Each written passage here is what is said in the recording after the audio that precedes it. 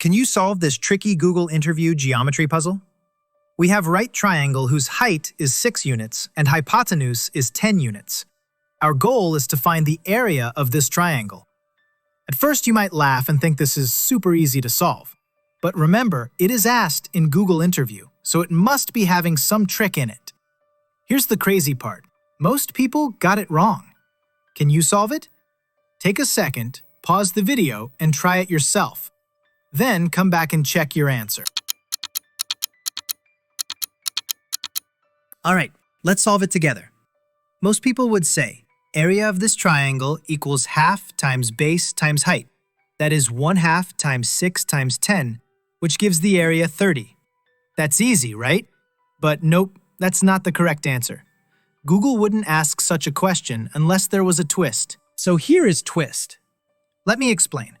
Let us call both the sides of the triangle as A and B.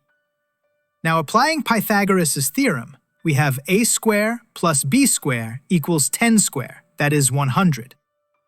Also, what will be the area of this triangle in terms of A and B? As we can see here, the A acts as base and B acts as height of this triangle. So the area of this triangle becomes A times B over 2.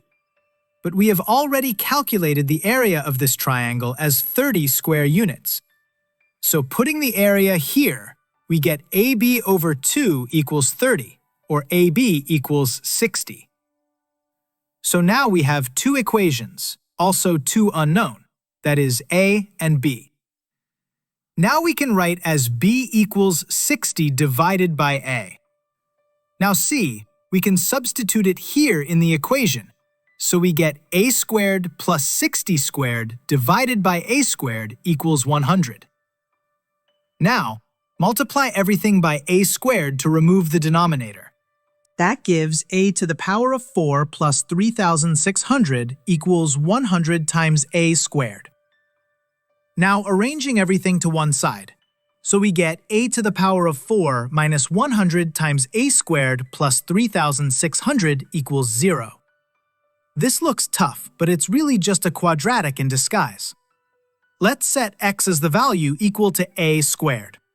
Now we get the equation as x squared minus 100x plus 3,600 equals 0. But here comes the twist. When we try to solve this quadratic, the discriminant comes out to be negative. That means there's no real solution, which means no real values for a and b. Which means this triangle cannot actually exist. That's crazy, right? Let's try to solve it in another way and check if the triangle actually exists. Suppose we have circle and we draw a triangle inside the circle. Here, the diameter is equal to the hypotenuse of the triangle. Now, by the famous Thales theorem, any triangle drawn inside a circle with the diameter as its hypotenuse will always be a right triangle. The hypotenuse is 10, then that's the diameter of a circle. So the radius of the circle is 5. But here's the key point. The maximum possible height from the right angle to the hypotenuse is the radius itself, which is 5. But in our problem, the height is given as 6. That's impossible. So we can conclude from it that the triangle simply cannot exist. And that's what Google was testing. They weren't checking if you could just apply formulas and bring the answer on the table. They were testing your thinking ability and always wanted to see if you could think deeper. Pretty clever, right?